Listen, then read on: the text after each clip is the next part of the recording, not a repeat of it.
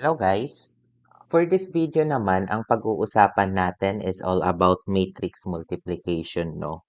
So, paano ba natin minomultiply yung dalawang matrices, no? So, the first thing that you need to note here, class, is hindi lahat ng matrix ay pwede mong i-multiply, no? According dito, you can only perform matrix operation if the number of column of the first matrix is the same as the number of row of the second matrix, no? So, ayun siya, no? So, here, para makita nyo kung paano tayo nagmumultiply, i-consider natin itong dalawang examples natin, no? So, given the following matrix, so yung matrix A ay 257, negative 108, and yung matrix B, 40, negative 65, and 10.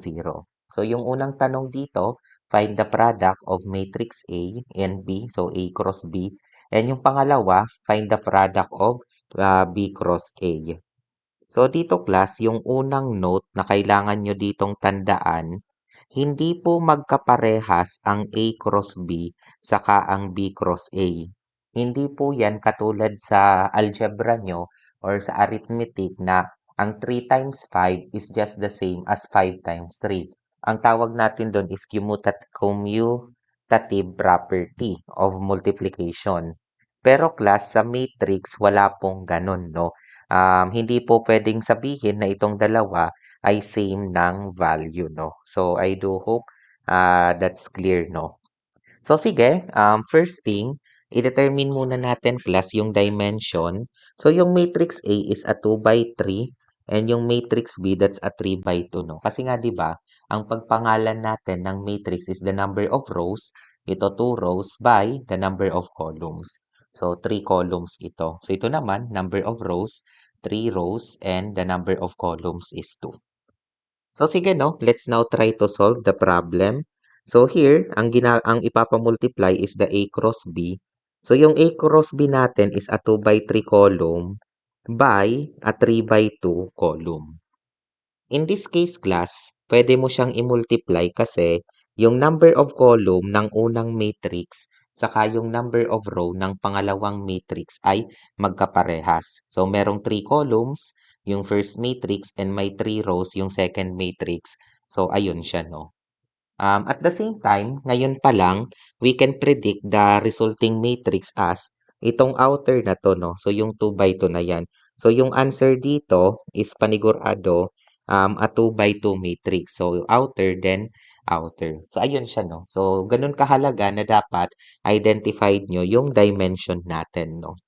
So, here, para magawa na natin yung multiplication, ang gagawin natin ay 257, negative 108, tapos dito naman 40, negative 65, 10, no?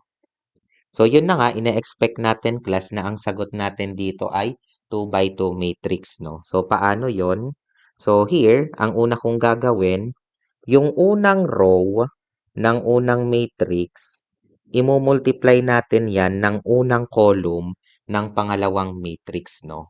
So, in that case, yung first term to first term, kaya 2 times 4 plus 5 times negative 6 plus 7 times 1. Ayun siya, no? Again, 2 times 4, sana nakikita niyo yung mouse cursor, plus 5 times negative 6 plus 7 times 1. So, that's the process.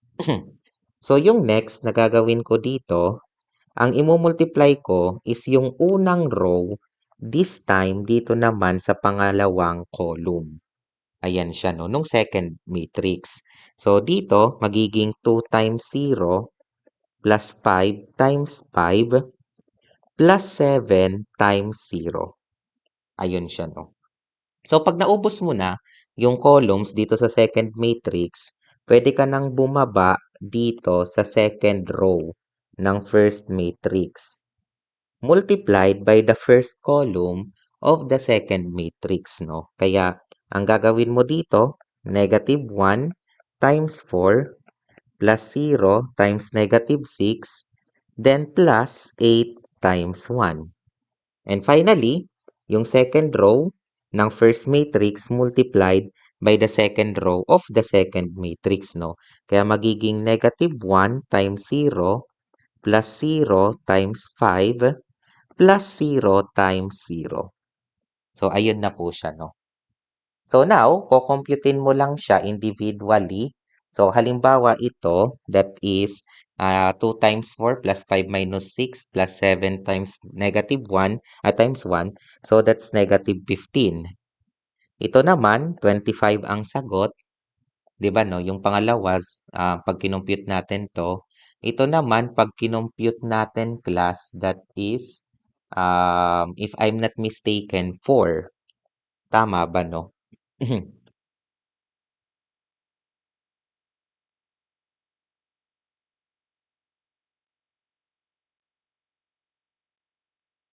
Check ko lang, ah.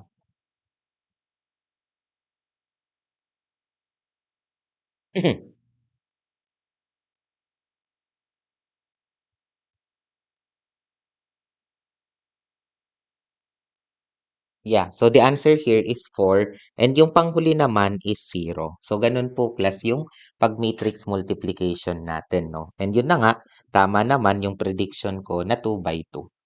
So here, ito na yung answer natin. So let's proceed to the next one. So yung next naman na i-consider natin is matrix B times matrix A. So here, yung matrix B natin class is a 3 by 2 multiplied by a 2 by 3, no? So in this case, dahil magkaparehas yung number of column ng first row and the number of row of the second matrix, sorry, no? Number of column of the first matrix and the number of row of the second matrix. So it means pwede siyang i-multiply. Again, no? Dapat i-check nyo muna dyan. Kasi kapag hindi po sila magkaparehas, hindi mo nga siya pwedeng i-multiply. Yun yung nakalagay natin sa rules sa matrices, no? So I do hope that's clear. At the same time, mape-predict natin na 3 by 3 yung magiging answer dyan kasi yung nakasulat na una ay 3 tapos 3 na matrix, no? So dapat ang una kong isulat dito is matrix B, 4, 0, negative 6, 5, 1, 0, tapos yung dito naman 2, 5, 7, negative 1, 0, 8, no? So, ibaba ko lang siya, no? Para may additional space ako. Ayan, no? Ibaba ko pa. So, here, ang unang gagawin natin is first row to first column. Ayan, no? First row ng first matrix to first column ng second matrix, no? Kaya ang magiging ano dyan, 4 times 2 plus 0 times negative 1. So, syempre, after nito, first row to second column ng second matrix. So, that is 4 times 5 plus 0 times 0. And finally, dito naman, first row to third column. So, pag sinulat mo siya, 4 times 7 plus 0 times 8, no? So, tapos na tayo sa first row ng first matrix.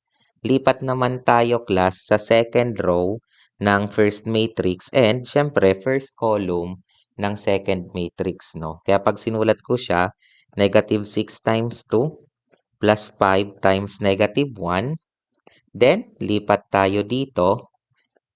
Ito naman, yung second column, negative 6 times 5 plus 5 times 0. Then finally, for the third part, ito siya. So that is negative 6 times 7 plus 5 times 8, no? So, ayun yung computation natin dyan. Then, after nun, punta na tayo sa third row ng first matrix and dito naman sa first column, no? So, that is 1 times 2 plus 0 times negative 1. Then, followed by, na-erase ko to, no? Followed by dito naman sa scenario na to. So, that is 1 times 5 plus 0 times 0. And finally, ito naman Um, 1 times 7 plus 0 times 8. So, ayun na nga ang magiging result ng multiplication natin, no? So, kapag minultiply natin, each, yung una, pag minultiply natin, ang result dapat dito ay 8, no? Ito, no? 8 siya.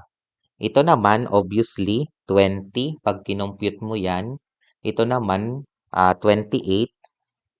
Then dito, pag kinompute natin yan, -17. Then followed by this one naman, -30. Ito rin, pag kinompute natin, -2. So here, the seventh one is 2. Ito naman, 5. And finally, this one is 7. So this is now the answer of our matrix multiplication, no? So, ganito po, no, yung paraan natin ng matrix multiplication. And as you can see, tama nga yung diniscuss ko kanina na ang A cross B is not the same as the B cross A, no? So, I do hope that's clear. So now, let's proceed tayo to the next topic. So, yung matrix transposition class. Ang matrix transposition, madali lang naman to. Kasi ang gagawin mo lang naman ay babaliktarin mo lang yung matrix mo, no? So, halimbawa, dito sa una, yung matrix A is this one. So, here, for number 1, ang magiging transpose or ang another symbol kasi niyan is A prime, no? Bukod sa 80, A prime din, no? Ang gagawin mo lang, yung row saka yung column, babaliktarin mo ng sulat. So, halimbawa ito, magiging 370. So, dito na siya. 370 na as a column. Tapos yung second row na -269, magiging second column siya. Ayan, no? So, binabaliktad natin yung sulat. And finally, 1, -8, -3. So, that is now the transpose, no? And kung ito, 3 by 3 siya, yung number of row, number of column, so ito rin is still 3 by 3. Square matrix naman kasi siya, no? Kaya walang magbabago. Pero yung pangalawa, yung B transpose or yung B prime is, yun na nga, yung number of, yung row, gagawin mo ng column. So halimbawa, itong first row na 40, gagawin mo ng first column na 40. Then -6, 5. Then finally, 1, 0. So ang point ko, dati siyang 3 by 2. 'Di ba, no? Yung matrix natin dati, 3 rows and 2 columns. Pero pag transpose mo na, dapat mabaliktad na din yung dimension niya. Magiging 2 by 3 matrix na siya. So that is now the transpose of the matrix class, no? So ayan, no? So that ends our video, no, for the transpose or for the product or matrix multiplication and matrix transpose, no? So I do hope may naintindihan kayong lesson dito. So thank you so much.